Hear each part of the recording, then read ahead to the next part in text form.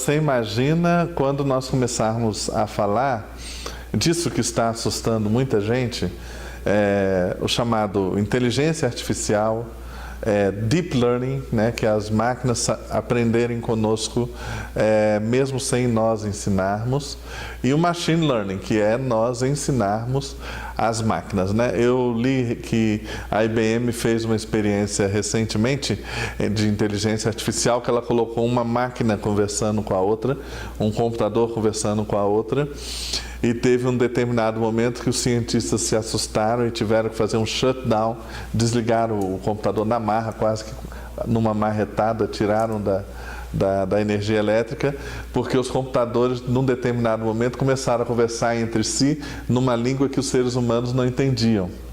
E aí eles ficaram com medo do que os computadores estavam conversando e desligaram aquilo, porque estava saindo do controle a experiência, né?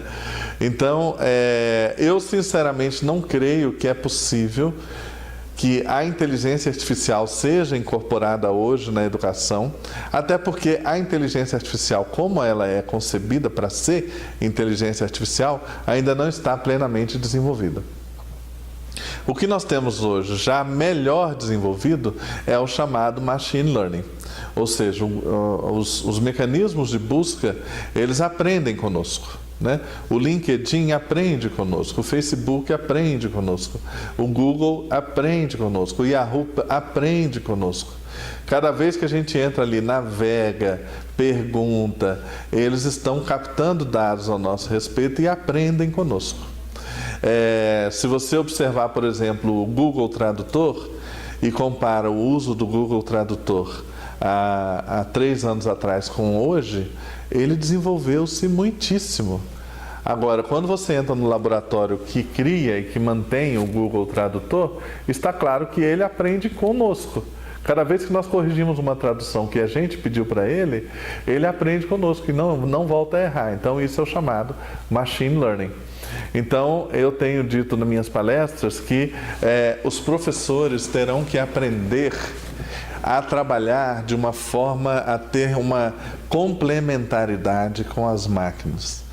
E isso significa que eu, como professor, vou ter que saber ensinar máquinas, para que as máquinas possam trabalhar comigo. E aí é uma coisa que pode ser assustadora, né? Porque você vê, por exemplo, a Amazon tem esse assistente pessoal em milhões de lares americanos, ainda não permitiram a comercialização no Brasil, mas em milhões de lares americanos, que se chama Alexa. A Alexa hoje já ocupa infinitos, né? Porque às vezes é mais de um Alexa por casa. E a Alexa, você já deve ter visto, você entra na casa e você dialoga com ela, né? Uma caixa, ela está conectada com a internet, a Amazon está captando todos os dados da casa, todos os dados ao seu respeito, todos os seus hábitos de consumo, todos os seus horários de vida, como que você se relaciona com as outras pessoas, né? Então a Alexa pergunta, olha, hoje você tem que encontrar o seu amigo, tal horário que você tinha feito a agenda, posso confirmar?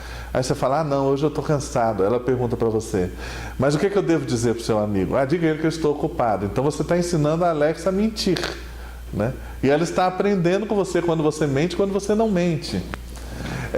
Esse machine learning, né? E hoje você entra na página da Amazon, existe lá um portal de inovação aberta que está dizendo assim, portal para que sejam desenvolvidas soluções para que a Alexa seja usada na educação superior ou na educação básica. Então, é muito provável que brevemente nós teremos um professor em uma sala de aula tendo um assistente pessoal conectado à internet para te ajudar a ministrar a aula ou para te ajudar a responder as questões, né? E eu vou ter que ensinar esse assistente para ele ser mais útil para mim. Então eu, professor, vou ser um professor também de máquinas para o machine learning. Eu acredito que entre machine learning, deep learning e inteligência artificial, o que nós temos aí de mais próximo para os próximos 3 a 5 anos é o machine learning. Por outro lado, nós temos aí esse fenômeno da realidade aumentada e da realidade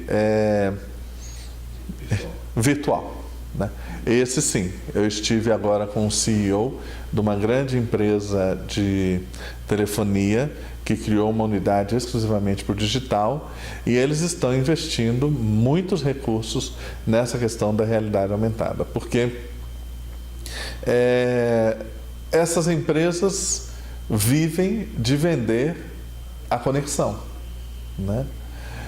E a conexão passa a ser cada vez mais intensamente utilizada a partir dos dados que por ela correm.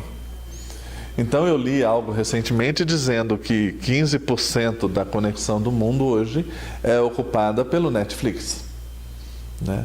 Ou seja, as pessoas estão criando conteúdo interessante e as pessoas estão acessando conteúdo interessante, e no meio disso tem gente ganhando dinheiro por fazer a conexão. A realidade ampliada, a realidade aumentada, a realidade virtual ocupa também um espaço de banda muito grande. Por isso que essas empresas estão investindo nisso. E aí nas escolas, tanto de ensino superior, instituições de ensino superior, como na educação básica, o potencial da realidade aumentada e da realidade virtual eu diria, infinito.